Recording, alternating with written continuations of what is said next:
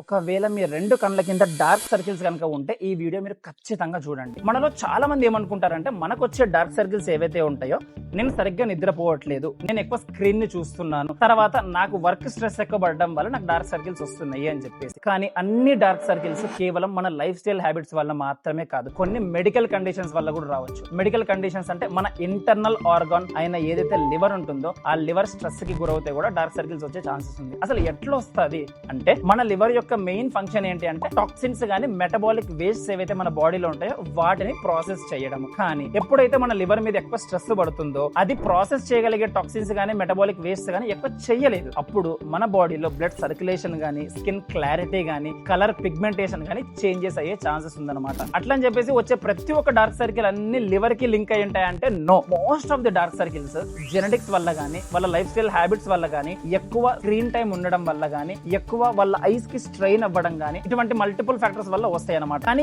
ఏవైతే dark circles ఈ liver stress వల్ల వస్తాయో, మన స్కిన్ డ్రైగా అవ్వడం గానీ, పఫీగా అవ్వడం గానీ, మన బాడీలో లో పిగ్మెంటేషన్ అయిపోవడం గానీ, మనకు లో ఎనర్జీగా ఫీల్ అవ్వడం గానీ, మన డైజెస్టివ్ సిస్టమ్ ఏదైతే ఉంటుందో అది కొద్దిగా డిస్కంఫర్ట్ గా ఫీల్ అవ్వడం గానీ, మన స్కిన్ ఏదైతే ఉందో లైట్ ఎల్లో టోన్ గా కూడా మారే ఛాన్సెస్ ఉందన్నమాట.